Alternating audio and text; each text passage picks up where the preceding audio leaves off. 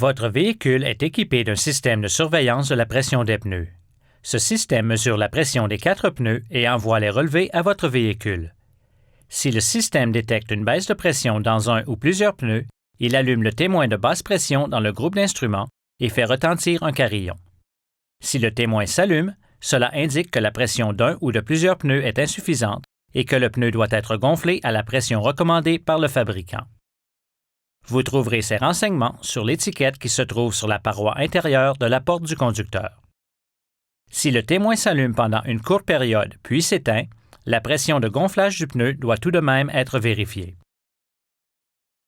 N'oubliez pas que la pression de gonflage des pneus varie en fonction de la température. Tenez-en compte lorsque vous vérifiez la pression des pneus, particulièrement à l'intérieur d'un garage en hiver. La pression des pneus peut augmenter en raison de la chaleur lorsque le véhicule roule.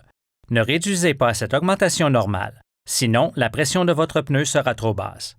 Autre point important, n'utilisez pas le témoin d'avertissement du système comme manomètre, car il ne s'éteint pas automatiquement lorsque la pression adéquate du pneu est rétablie. Une fois que le pneu est correctement gonflé, il est possible que vous deviez rouler pendant un certain temps avant que le système se réinitialise et éteigne le témoin. Le système peut même vous aviser lorsqu'il ne fonctionne pas correctement.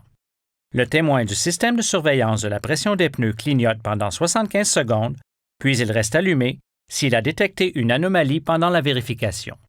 De plus, le message Check TPM System s'affiche et un carillon retentit lorsqu'une anomalie est détectée. Cette séquence se répète à chaque démarrage du véhicule tant que l'anomalie persiste.